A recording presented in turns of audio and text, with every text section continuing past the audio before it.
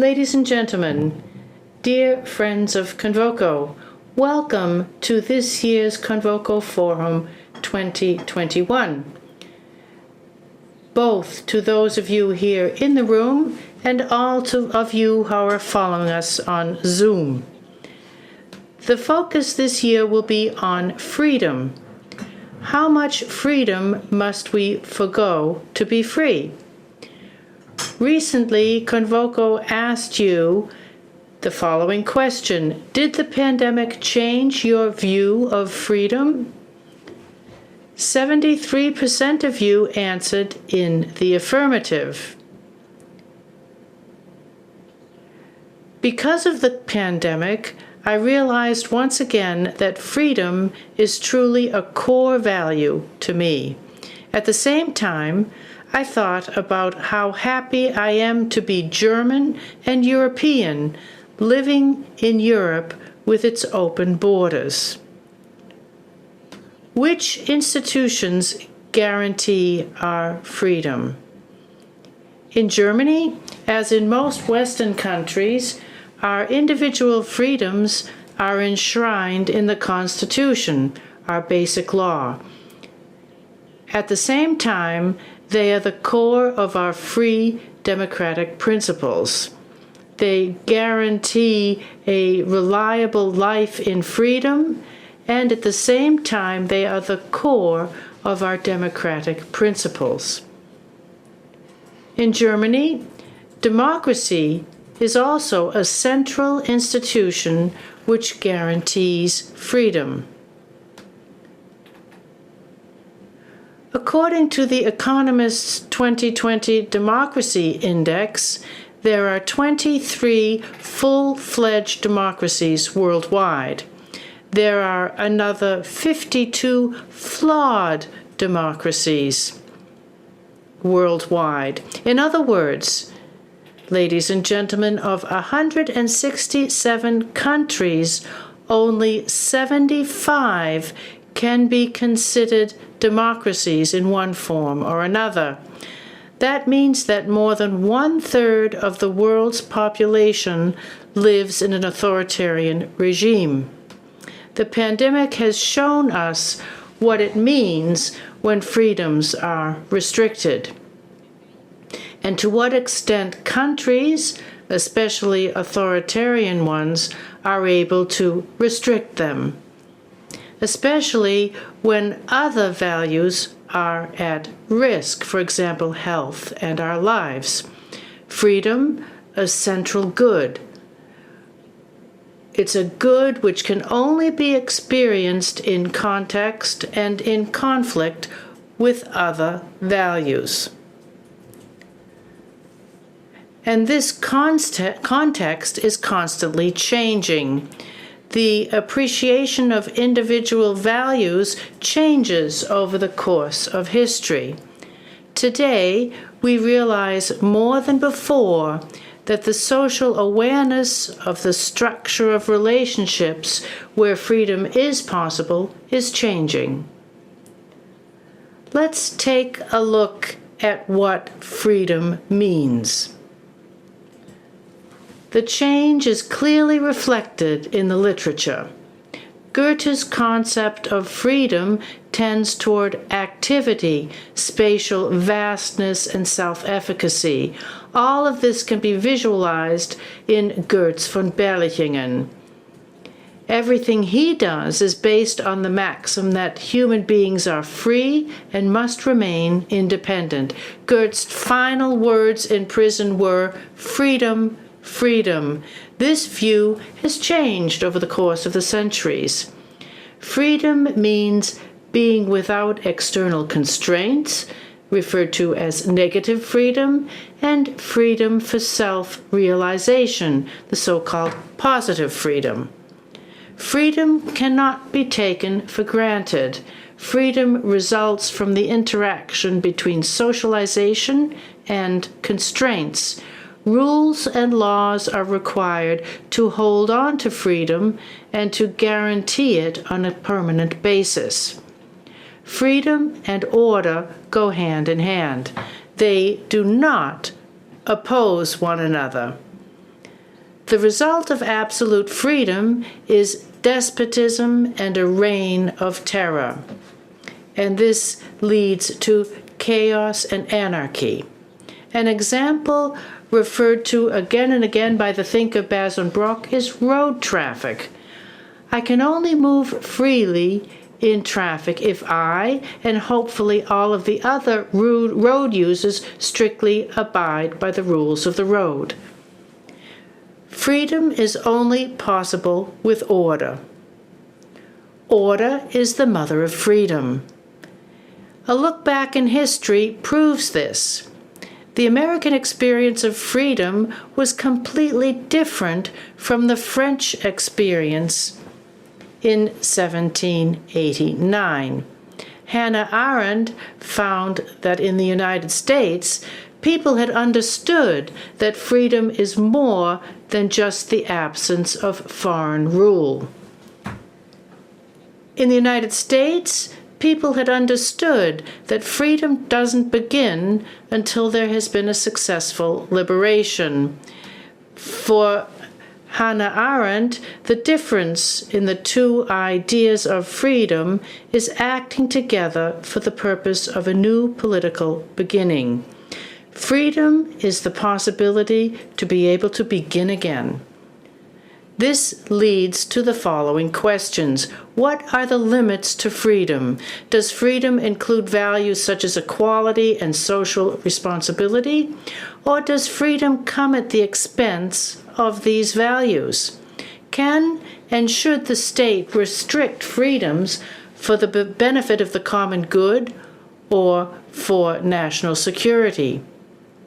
Or to protect me from myself? How much responsibility is associated with freedom? Questions like these are as old as the idea of freedom itself. Freedom and equality, freedom and justice, terms that were clearly defined in liberalism, are becoming more and more blurred. Are we observing a shift in favor of equality and justice to the detriment of freedom on the scale of values? And do we understand freedom differently today as a result? Has the pandemic made us aware of our vulnerability and led to more solidarity and consideration? My freedom ends where others' freedom begins. One generation's freedom ends when it begins to negatively impact the next generation. Intertemporal responsibility, which, for example, climate change is calling for. But not only with respect to future generations, also with respect to weaker nations. We can observe new characteristics of freedom. Freedom relived. In 1958, Isaiah Berlin noted that a world in which people are both free and equal is utopia. You have to choose. Implementing one inevitably means restricting the other. Everyone's choice will be somewhat different, and that brings us to the term pluralism. For Isaiah Berlin, pluralism of values is the core of liberalism. But Berlin also reminds us that freedom must always take on a special significance, because only freedom allows people to develop other values and to achieve their own recognition. In practice, pluralism does not describe a society of individuals, but groups. It is important for every group to be recognized. Berlin refers to recognition, i.e., belonging to a group and being recognized as such. Our society is on this path. Think, for instance, of the LGBTQ community or the opening up of society to people who are not white or male. More and more individual groups stand side by side on a par. Enhanced diversity allows greater personal development and thus an expansion of freedom.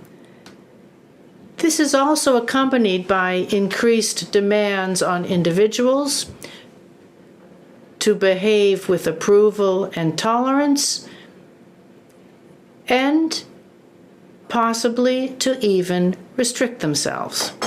This leads to tension between increased freedom and increased consideration, and/or to even step back. This does not only affects social coexistence with others, but also our relationship with other living beings and nature.